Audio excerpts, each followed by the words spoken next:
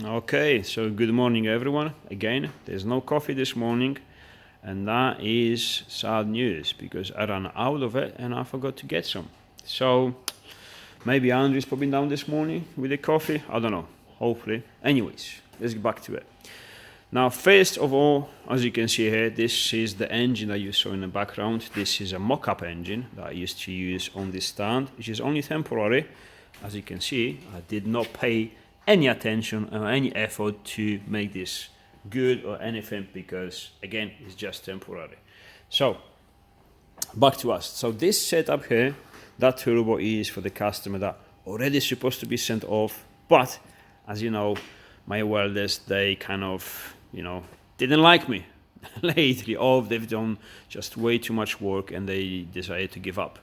Now, I'm still waiting for the telephone number for the guy who's supposed to fix them. I think it's somewhere in Reading, so I have to put this, at least the big fucker, I'm gonna put on the van and take a dip. I'm still waiting for the contact number, but it's very frustrating. More frustrating than the lack of coffee, I have to be honest.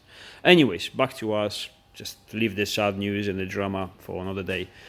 So this one here, the only difference between this and the original setup with the KO4 turbo, which is the genuine original turbo that is fitted to 225s, to BAMs, usually Audi TT 225, that's what is the most common engine and gearbox used in these conversions, which it has the KO4 turbo. So the only difference is that the inlet for the turbo is smaller, but this pipe is pretty much identical. This is different because the turbo is being in a different position, so this link pipe to the charge cooler is different, but the charge cooler, the battery tray, which is optional, we can put it on the charge cooler, is identical. And let me explain this very quickly. So the charge cooler is mounted where the original battery usually is, and we're using exactly the same mounts, just aluminium brackets and mounts for the charge cooler, and after this, the battery. So I thought, okay, you know what? It is actually worth to put the original battery, in a different position. Sometimes people put them in the front of the car, which is still worth doing that, to have the charge cooler here. But then it's like, hold on, instead of moving the battery in the front, change the battery for the lithium one, which is much lighter, much smaller, and much better than the original ones. And we still have a space there. So, there's no compromises. This is just improvement on top of improvement on top of another improvement. So there's no downsides. However, this is the charge cooler that this stays in-house instead with the bracket. This is the prototypes or the mock-ups or whatever you want to call it, templates, and they stay in-house. The one for this customer who ordered all the stuff is still in the box because, again, welders are not working, so I can't finish it. I didn't even finish to weld these brackets on. Only this one is finished to weld it up. Now, luckily, obviously, my the welder, the DC, the C welder I can do stainless is working good enough. So we finished that. So that stays, that is exactly the same setup you have with the original setup. So either is 240, 225 or 280 or 300 brakes, almost with the standard turbo. That stays the same. That stays the same. That pipe that you see has a fitting for map sensor. The original map sensor goes there, so everything is fine. See that matches perfectly, almost. That's your fittings for the water, for the coolant pipes, for the charge cooler. They connect to your radiator on the front and the pump. And the exhaust, the only thing changes between this turbo and the standard exhaust is just this bend here, the downpipe. From here, around here. The standard turbo, the exhaust is roughly here. So I'm able to go down and straight into the back box. Now the position of the back box is identical to all of them. Off-the-shelf product comes exactly as you see it here. And off-the-shelf product comes with this too. So you either put a catalytic converter on it, because there you go, there's UV band, and there's UV band here. So you just put it on like this, or, which is obviously, with this catalytic converter you have, it's all compliant with the new rules, MOTs and all the stuff, fully road legal. Or, that V-band there, and it's straight through pipe. This is kind of like race use only or road track usually. To be honest, you do whatever you want with it. I don't care, but it gives you the option. Now the difference between this turbo setup, which is aftermarket, is the external wastegate. The original or the 225 KO3 or KO4, they have internal wastegates, so you don't need that. This one has obviously a different aftermarket exhaust manifold, because this turbo will not bolt into the standard exhaust manifold, because that's the fitment. This is different. This one actually had the internal wastegate, but has been modified, has been blocked off, and the customer decided to use the external one, which is good choice for that kind of power. So that's it actually on this one. It's pretty much complete. What else we doing? Today is a day that a few people are going to be very happy, especially the guy from Poland who ordered the wiring loom, because I have to wait for my welders to get fixed, which is a priority, because some of the stuff has been ordered and it's supposed to be out the door, but we really have to finish a couple of tweaks, a couple of small welds in aluminium to be able to send them off. But it's very little I can do. I can only wait for this contact number. I'll keep pestering this friend of mine for the contact, and hopefully today is going to be sorted out. And then we see how long it's going to actually take to fix the welders. Hopefully there's nothing major with them. It's going to be fixed within this week, hopefully, but it's out of my hands. Anyways, because there's not much I can do over there, there's not much of stainless work and nothing over there, so I'm gonna crack on the wiring loops, which I hate. I really dislike doing the wiring loops, but I have to, because there's one order for this guy, there's one order for another guy, and there's one order for that customer from Poland, which he was extremely patient. And what's going on? Oh, nothing. I thought it turn it off. So he was very patient. He's waiting long time. I would lose my patience long time ago. However, I have to point out one thing. I pretty much make no money while making wiring loops. It's not my thing. I don't like doing that, and I don't want to do it. I'm gonna do these ones, and I'm gonna do the ones that we build the cars for, but that's it. I'm not gonna make them for the customers. What I'm doing today is I'm setting up, I need to change a couple of things. So the engine light off, the engine management light connected to the Audi ECU or Volkswagen on the standard dash, and a couple of more things. And after that, what I'm going to do, I'm going to release a diagram or instructions on how to connect or how to make them hybrid so everything works. My interest is to you or the customer or whoever's interested in this kind of conversion, have it and not having an issue with the wiring loom. Now, you either buy the wiring loom from me, you do it yourself, or you make someone else do it. It doesn't bother me. It's fine. Actually, I prefer you do it. But obviously, I want to give you or the customers the possibility to do it one way or another. If I won't do it, there's instruction how to. If you're not comfortable, go to the electrician. To be honest, your mate mechanic or whoever is able to do it, because it's not difficult. Once you have the instruction, it's very simple. But it's just time consuming, and time is something I don't really have, so I'd rather not to. Eventually, I think in September, my brother is coming down. He's very good with electrics, so he's probably going to give me a hand with sorting something out as a small production or something, because eventually we're going to have them in stock, like brand new wiring loom. It's not going to be modified from the hybridized between the Toyota one and the Audi one. No. Brand new plugs, all brand new, like a race spec wiring loom. But when that's going to happen, please be patient. Don't even ask me when, because I'm not even sure when it's going to happen. The most important thing is that there are going to be instructions and the pin out and everything, how to do it, how to connect it, so everything works as factory. It's very important. There's no dodgy stuff going on. ABS works, speedo works, power steering works, on the lights on the dash works, RPMs work, everything works. So that's all good. So that's the job for today, and probably for tomorrow it's gonna take me a couple of days at least. On another note, sorry about that, is the engine that yesterday was filthy. It was in bits. There was just a block, just the head and the head cover, and the gearbox was fully assembled, and it was filthy.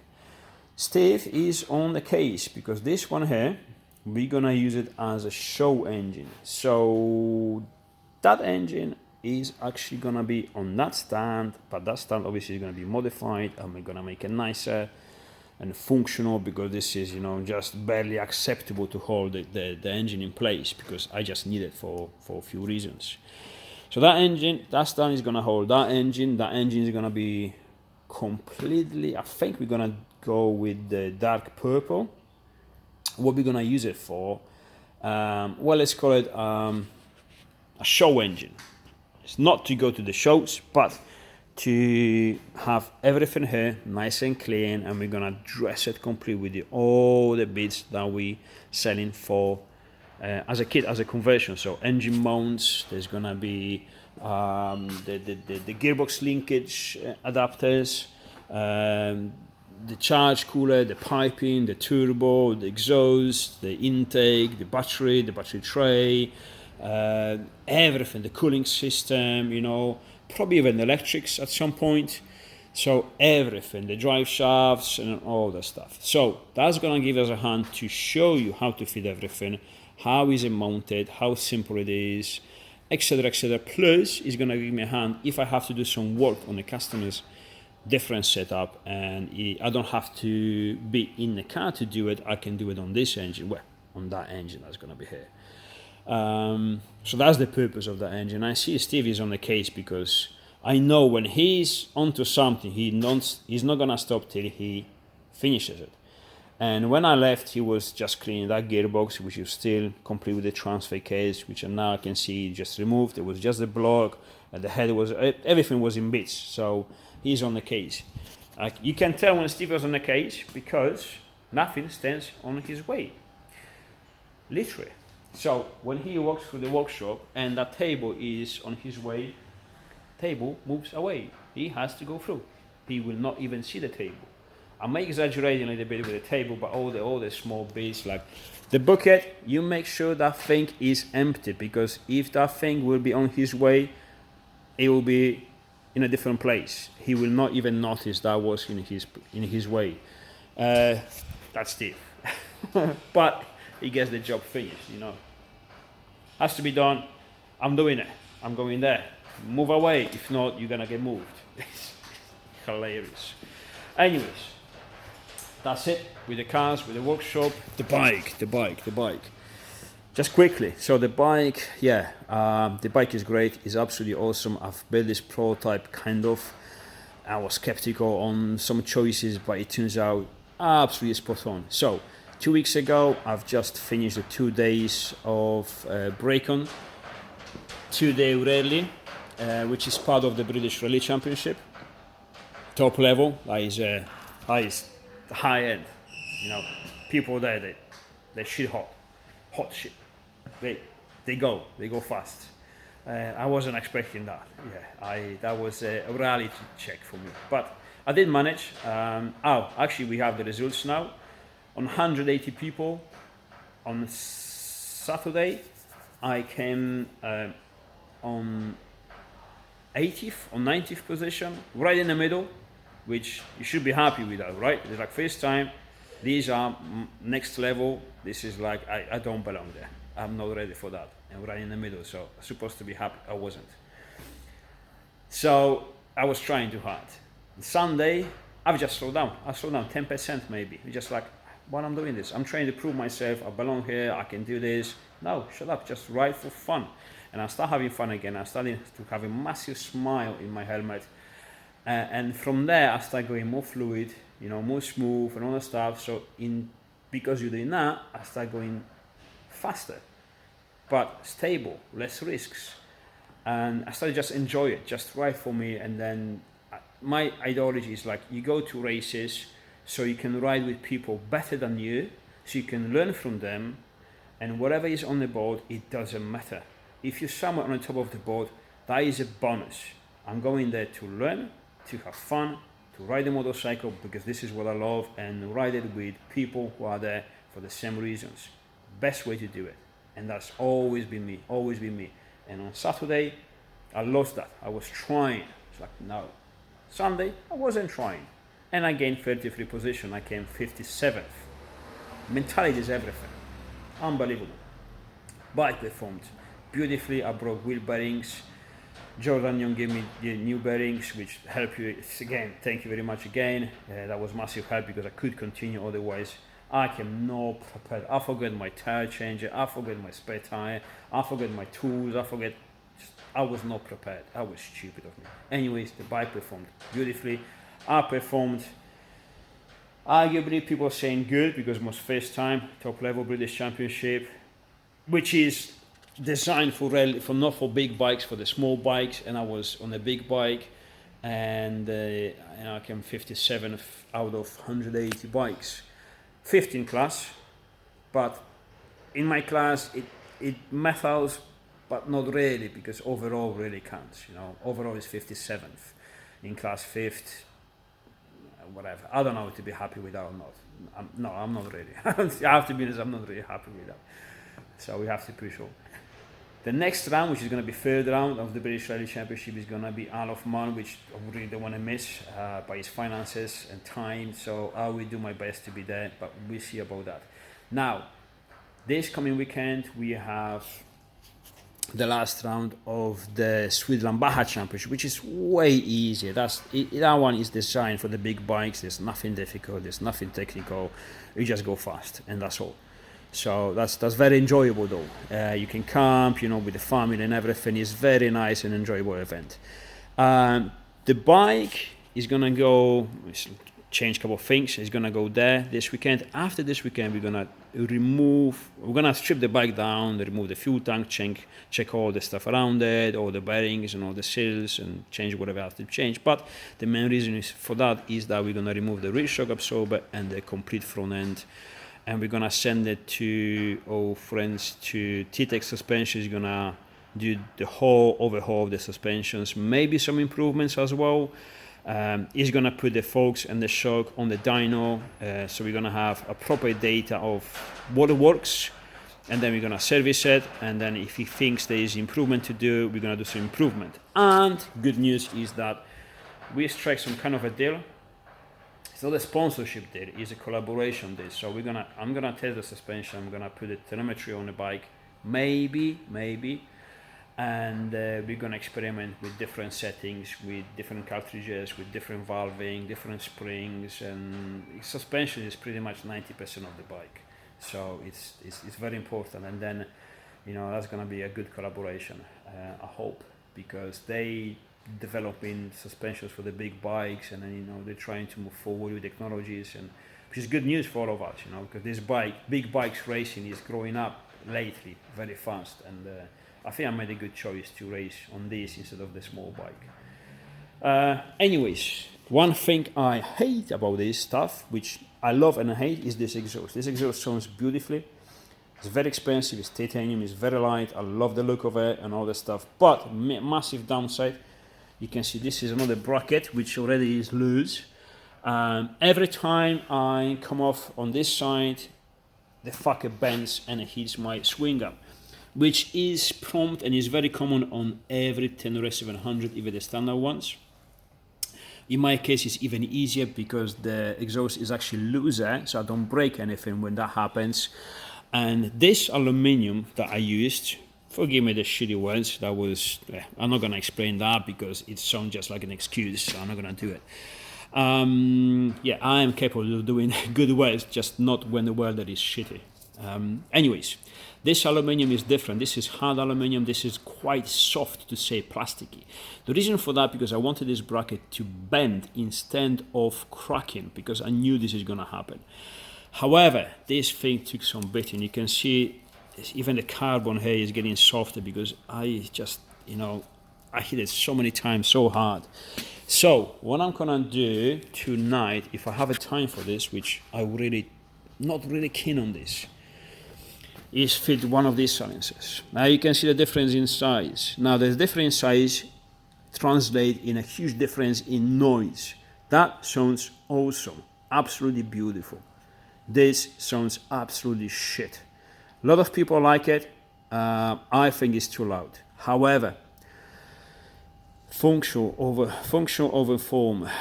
I'm gonna try to do something with this that I'm not able to do with this. This I may be able to fit it actually behind the bracket under the fuel tank, and because it's so small, I'm still gonna miss the time when it goes up, when I'm gonna jump and so general riding. So then if you can see, that will be actually hiding behind a bracket. So everything is gonna hit on this side is the fuel tank. Like on this side, and you can see this fucking had some abuse and has no problems. Obviously, this fuel tank is solid. This fuel tank, I think, is probably stronger than the standard subframe.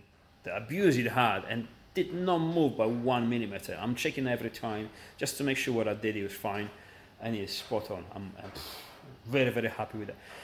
In September, we're gonna rebuild it. We're gonna build the final product. I'm not gonna sell them. It's for me. But I will probably be able to reproduce them, because I need to be able to make myself a spare one. Because if I break this one eventually, because I keep prizing how good it is, but eventually if I'm gonna break it, that's it, game over. It's custom made. There's no replacement. So yeah, there's a couple of things I have to do. I have to sort out the rear brake, change the reservoir. I need to check and change my foot pegs because the pin is not there. I put a massive bolt on it because the pin is actually somewhere here. It's a little bent. Yeah, so also the bracket is bent. So I've ordered them from Yamaha, but it's a special order, so I have to wait. Hopefully Thursday everything is going to arrive along with the clutch cable, because that one is starting to seize. And yeah, and that's it. Meters, I got these meters, the yellow strip. They seem fine. I did, I should really save them for the next race, but I had a bit of fun at the Adventure Bike Show last weekend. And we had a bit of abuse on the road as well on the tarmac, so I'm not surprised they were rounded. It's very stupid of me. I should really save them, but I didn't. So, well, it's still right. So tonight, yeah, exhaust, but that's gonna be tonight after the work. So tonight is gonna be a long day. Now, I really need a coffee. I think I'm gonna go to the shops and get some coffee because I'm really, really gonna need it. Wiring loom today and tomorrow, whole 2 days. So for everyone waiting for them, that's good news. For me, yeah, I guess so, because I just want it done, and not having time to do that. Actually, the welders that stopped working is a good excuse, to actually crack on the wiring looms and get it done. So it's going to be massive progress in the next couple of days. For now, that's it. I think I've shown you everything. And oh, the car, the Silvia. I may actually sell the Silvia without the engine. Just quick update. I don't know. I don't want to sell it as an unfinished project, because then they drop the price massively. It's still a great car, but the time I have available is very minimal, and by the time I'm gonna spend the money on a new engine, a new setup, and put it on, it's probably gonna cost me the same amount of money and time. Time is money. That's why I say money and time. That if I sell it for just less, and let someone else have fun with it. But we'll see. This car's been with me for probably 15, 16 years now. I'm not even sure I want to sell it, but we need space in the workshop, and this is ongoing pain. Sell it, not sell it, keep it, don't keep it, make your mind, change your mind. We had enough of you. People don't even read the message when I say I'm gonna sell it, because everyone else is like, no, you won't. So we'll see. Anyways, I see you soon. Have fun.